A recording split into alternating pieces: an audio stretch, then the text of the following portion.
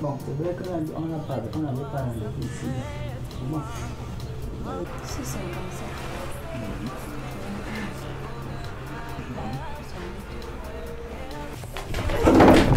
Docteur! Docteur! Hey! Docteur! Qu'est-ce là? Docteur!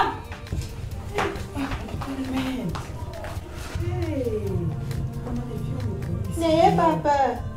Elle est juste en train de faire une crise d'épilepsie. Quand ça va se calmer, là, elle va se relever. Ouais, une jeune fille comme ça. Monsieur, c'est votre petite amie, n'est-ce pas? Non. Comment ça? Je vous ai vu en train de vous amouracher quand je suis entrée là, non? Non, je l'ai juste trouvé ici. On ne se connaît même pas. Donc vous ne connaissez pas, c'est ici à l'hôpital que tu viens draguer ta petite amie. Voilà ça maintenant et tu la réunis. Vous n'avez même pas honte. N'ayez pas peur, elle va se réveiller tout à l'heure là. C'est juste une crise. Quand vous faites comme ça, vous allez la frustrer. Soyez aimable avec elle. Asseyez-vous quand elle se relève là. Soyez gentil. Vous avez compris? Dès qu'elle se relève, elle vient dans mon bureau.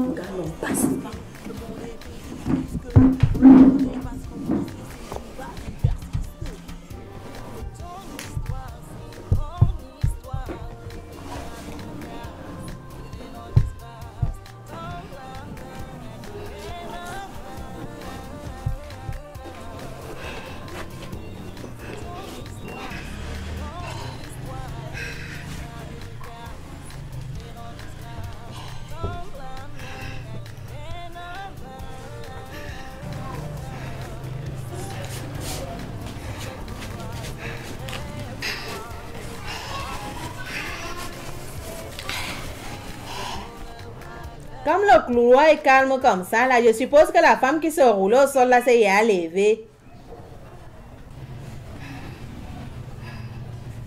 Épilepsie! La femme qui vient de tomber, l'épilepsie, la hante. Épilepsie! Si tu as fini tes crises, il faut entrer. La dame qui se roule au sol, là, il faut entrer.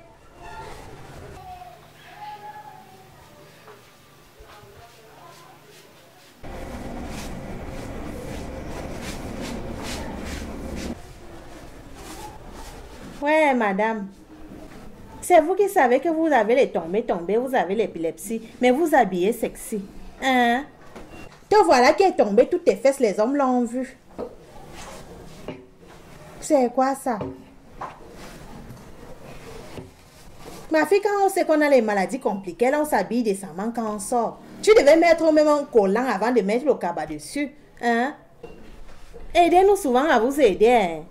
Regardez ce que vous avez fait là-bas à la salle d'attente. Vous avez traumatisé tous les jeunes qui sont assis là-bas. Hein? Tous les hommes l'ont vu tes fesses. Ils connaissent la couleur de tes fesses où tu es là. Et maintenant, tu vas marcher en route, tu vas dire que tu es une femme. Alors que tout le monde a déjà vu ta nudité. Quand tu as les maladies compliquées, habille-toi décemment en sortant de la maison. Docteur, je ne savais pas que j'allais avoir une crise ici à l'hôpital. Tu ne savais pas que tu allais avoir une crise. Tu n'as pas l'habitude d'avoir ça. Hein? Ça dépend des saisons. Quand il fait chaud, je peux tomber même toute la journée. Mais quand il fait frais, là, je peux tomber 2 fois par jour. Mais là, tu es tombé. Quand tu dois sortir, prépare-toi en connaissance de cause. Tu sais qu'ici, là, tu vas tomber ou tu ne vas pas tomber. Tu dois être prête psychologiquement. Hein, ma fille? Oui, docteur. Tu as les crises d'épilepsie, mais tu ne peux pas savoir que tu vas tomber à tout moment. Tu t'habilles sexy. Les dames contre toi, là, soit tu portes le cabas ou tu mets le collant. Hein? Parce que ça peut t'arriver à n'importe quel moment et n'importe où. Donc, tu dois être prête psychologiquement. Tu dois vérifier ton habillement, ma fille. Voilà tes fesses que tout le monde a vu là-bas. Tu n'as plus besoin de cacher quelque chose. Quand on vous parle, vous allez dire qu'on vous parle mal. Ça fait combien de temps que tu as ces crises-là? Docteur, je tombe depuis que je suis petite. Depuis que tu es petite, et tu es allée quelque part? Nous sommes allés voir les tradipraticiens. Et nous sommes aussi allés faire quelques prières. D'ailleurs, mon pasteur a dit que j'étais possédée. N'est-ce pas? Oui.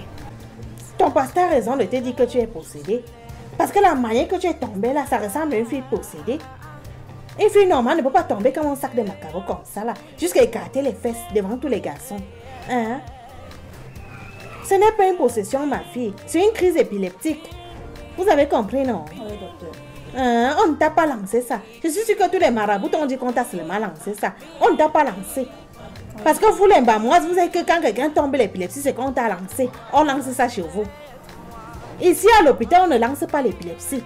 C'est une maladie qui a été prouvée. Vous comprenez, non? J'ai étudié ça. J'ai fait de longues années d'études. Quand je te parle, c'est en connaissance de cause. C'est une thèse que j'ai soutenue à ma 5e année. Hein? Docteur, je ne savais pas que j'allais avoir une crise ici à l'hôpital. Hein? Tout à l'heure. Vous ne saviez pas. Mais vous savez que vous avez l'épilepsie. Je ne sais pas. C'est vous qui m'informez que j'ai. C'est donc l'épilepsie. Vous êtes épileptique, ma fille. Et avec tous les examens qu'on va faire, on va prouver cela. Et vous allez me dire. Je vais vous prescrire quelques examens que vous allez partir faire. Vous allez revenir me donner. Comme ça, je vais vous prescrire un traitement qui va vous permettre de modérer vos crises là. Et peut-être même si vous suivez bien votre traitement, vous n'allez plus avoir des crises. Vous comprenez, non, ma fille? Cette maladie a été prouvée. Parce que soit vous avez eu un traumatisme dans l'enfance qui a causé tout ça. Ou alors vous avez eu à prendre des stupéfiants qui ont causé tout ça. Docteur, quand j'étais petite, en fait, je fumais. Tu fumais. Tout s'explique maintenant. Parce que vous avez subitement arrêté cette drogue que vous prenez là. C'est ça qui est l'une des causes des crises d'épilepsie. Docteur, je veux seulement qu'on me traite. Je vais vous traiter, mais il faut d'abord que je vous dise la vérité. Parce que vous êtes là, vous ressemblez vraiment à une droguée. Un enfant comme vous partez, vous commencez à prendre la drogue dès l'enfance. C'est ça qui vous a causé cette épilepsie. Et là, maintenant, on vous amène partout dans les églises et les réveils, chez les marabouts, les prêtres et tout ça. C'est pour qu'ils fassent quoi? Ils vont vous soigner ça. Depuis ces années, pourquoi vous n'êtes pas guéri? Vous êtes là, vous tombez comme du n'importe quoi devant tout le monde. Docteur, vraiment, si vous pouvez m'aider, parce que je n'arrive pas à avoir même une relation. Quel homme peut accepter rester avec une fille comme vous là, ma fille? Quel homme? Maintenant que je vais vous soigner, peut-être vous allez trouver un malchanceux qui va tomber sur vous. Et il va vous mettre à la maison. Son chemin de croix. Quand vous vous habillez mal comme ça là, vous savez que vous faites des crises d'épilepsie. Hein? Vous partez tomber peut-être dans un marché comme le marché Mokolo. Vous écartez les fesses et un fou vient vous violer là-bas. Vous allez dire que le fou est fou. Il n'est pas fou. Il a vu une femme qui est écartée, il est entré. Hein? Quand vous avez une maladie comme ça, portez les cabas, habillez-vous décemment, vous mettez les pantalons jeans. Ça a été fabriqué pour les qui? C'est pour les gens comme vous là. J'ai compris, docteur. Vous avez compris. J'ai prescrit ces examens si vous partez faire ça. Vous venez avec la semaine prochaine. Je vais vous prescrire un médicament qui va vous aider. Un traitement très efficace parce que j'ai soutenu une thèse sur ça. Je sais de quoi je parle. Et vous allez me remercier demain quand le malchanceux là va vous prendre pour mettre chez lui. Tiens. Tu vas faire ces examens là. Attends, je vais te donner un numéro. Tiens. Tu peux faire les examens ou je t'envoie si.